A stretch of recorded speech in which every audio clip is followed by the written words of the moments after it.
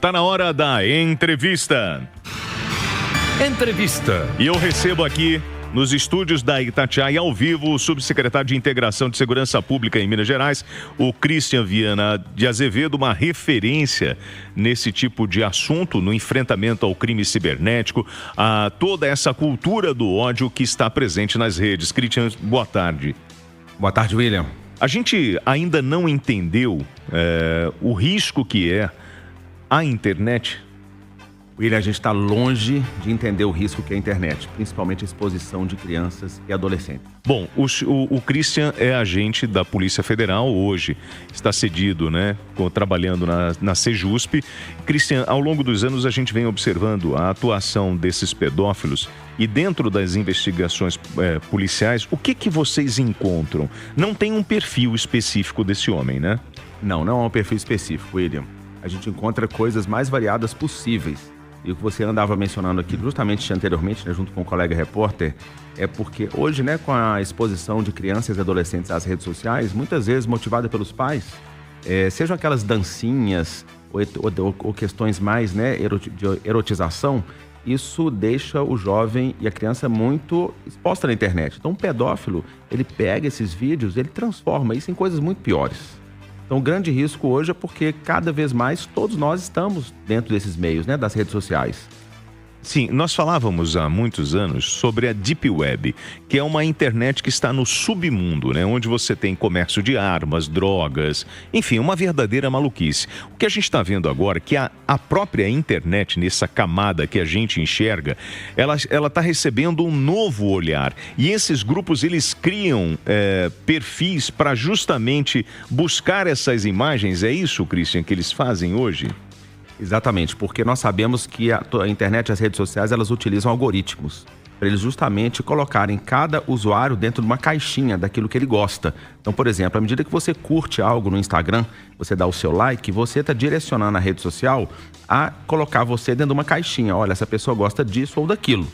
Então, quando a pessoa, por exemplo, começa a curtir esses vídeos que parecem bobos, né, de uma criança fazendo uma dancinha, ele curte um, curte dois, curte três, o Instagram ou outras redes sociais começam a direcionar conteúdo para você daquele tipo de coisa que você curtiu. E a partir daí os pedófilos, né, essas redes de pedófilos que estão por trás também são usuários de redes sociais, eles identificam você e puxam você para a rede dele e começam a te oferecer conteúdo. Só que o conteúdo que eles oferecem não são, entre aspas, aquelas dancinhas inofensivas. Dali eles partem para nudez, para atos sexuais, etc., com crianças e adolescentes. E quem acha que a figura do pedófilo, né, que é a figura de um cara que está trancado num quarto, pode até ser, mas na verdade nós temos uma rede mundial, né, de pessoas que estão nesta rede e trabalham vários tipos de cultura. A cultura do ódio, a cultura do sexo. Isso é real. Tem gente, sei lá, me dá um exemplo que vocês encontrarem em alguma investigação da origem desses grupos. William, você tem toda a razão. Esses grupos, né, eles são os mais variados possíveis.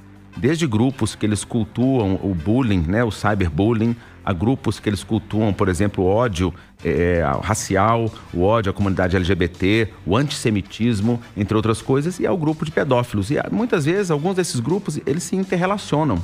Então, o pedófilo realmente é um indivíduo, né, que é difícil você dizer assim, fulano ou beltrano, você não tem uma classificação. É uma disfunção, né, psicológica, e essa pessoa pode estar envolvida com grupos que vão desde grupos anti-LGBTQIA+, antissemitas, antirracistas, a grupos exclusivamente de pedofilia. Então, o risco da internet é justamente você, ao navegar, se deparar com isso. Aí você começa a clicar e gostar de algumas coisas que a pessoa vê lá. E daqui a pouco você é tragado para dentro de um grupo. A uma rede. E aí, deixa eu te perguntar. Delegacia de Crimes Cibernéticos, o que a Sejusp vem fazendo, a Polícia Civil, nessas investigações e qual seria o maior desafio? William, o maior desafio hoje é realmente você entender que, como todas as pessoas, quase, né, todo mundo está numa rede social, então são, né, bilhões de usuários em redes sociais. Então você rastrear isso tudo. Então hoje o maior desafio é conseguir um software, uma tecnologia capaz de fazer essa garimpagem de dados que envolvem crimes na internet, como pedofilia e outros, e você filtrá-los para ter provas para fazer uma investigação. Então, por exemplo, usualmente os crimes de pedofilia são investigados pela Polícia Federal, porque a maior parte deles são crimes transnacionais. As imagens são produzidas num país, elas são veiculadas em diversos países E você, por acessar e ter em posse essas imagens de crianças e adolescentes, em posições de sexo, etc., isso já é crime. Então, transmitir, ter a posse da imagem já é crime. E a Polícia Civil investiga todos os demais tipos de crime cibernético, de cunho sexual ou não, que acontecem em ambientes... As fraudes cibernéticas, etc. Então, tem um pool aí, em termos de polícia investigativa. A Polícia Federal tem um nicho que majoritariamente pega aqueles crimes que exige uma repressão uniforme em âmbito interestadual e internacional, e a Polícia Civil pega aquele mais dentro do Estado. O Felque, ele fala sobre as empresas que hoje, os Big Techs, essas empresas desses aplicativos, elas deveriam agir com mais rigor na sua análise, criando filtros para identificação e exclusão dessas contas? Sim, William, porque as empresas hoje, inclusive, elas têm, por exemplo, contas ligadas a qualquer coisa de terrorismo, elas têm que excluir imediatamente. São leis, inclusive acordos internacionais, etc.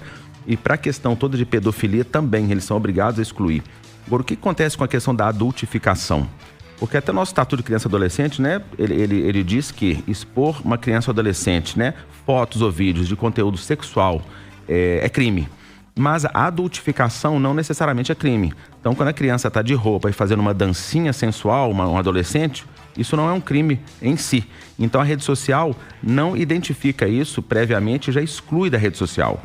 Tanto que E precisa denunciar. Então. Precisa denunciar. Então, por isso que a gente tem que trabalhar de uma forma integrada para identificar esses casos e levar as redes sociais, as Big Techs, para que elas então possam ir tirando esses vídeos e fotos do ar. Cristian, sua recomendação para o ouvinte da Itatiaia agora, que é pai, a criança faz aula de ginástica olímpica, sei lá, qualquer outra atividade. Então, assim, a gente tem que filtrar mais o que posta. William, exatamente. Filtrar como é que a gente coloca nossas crianças nas redes sociais. Então, qualquer coisa que pode ser potencialmente lesiva a ela, como, por exemplo, uma criança em roupas de traje de banho, uma criança em traje de piscina, uma sunga ou biquíni, evitar esse tipo de exposição. Como você mesmo falou, uma aula de ginástica olímpica que tem movimentos que podem ser sensualizados. Agora, o principal, os pais não deixarem as suas crianças fazerem aquelas dancinhas de TikTok, de Instagram, porque aquilo é extremamente nocivo para a criança. Pode parecer uma dancinha boba, infantil, mas aquilo é sensualizado pelo pedófilo. E em casos de denúncia, eu ligo para quem? Em caso de denúncia, você tem que denunciar. A gente tem um 181, que é um canal de denúncia público, em que essas denúncias todas são apuradas pelas Polícia Civil, Militar e Polícia Federal. Tem também o 190, o 93 e o 97, porque agora a Sejusp tem inclusive um centro integrado de investigação e monitoramento de crimes cibernéticos, que composto a Sejusp, a Polícia Civil, Polícia Militar, Polícia Penal, Sistema Socioeducativo, Polícia Federal, entre outras instituições que trabalham o enfrentamento de forma integrada. Então, ao fazer uma denúncia para o 181 ou para o 190 e que aquela denúncia requeira uma abordagem integrada, elas vão para esse centro de monitoramento que tem umas tecnologias bastante modernas de verificação em redes para apurar esse tipo de crime. Bom, nós conversamos com o subsecretário de Integração da Segurança Pública do Estado de Minas Gerais, Cristian Viana de Azevedo, uma referência no mundo no que diz respeito a essas investigações desses grupos terroristas, de organizações criminosas. Cristian, obrigado aí, tá? Muito obrigado, William. Eu sei que você está na correria, voltou de viagem ontem, estava fora do país e veio para cá. O Cristian viaja o mundo inteiro, gente, para falar sobre esses temas que os senhores estão ouvindo agora. Então, secretário, obrigado. Obrigado pela oportunidade. Um abraço. Um abraço.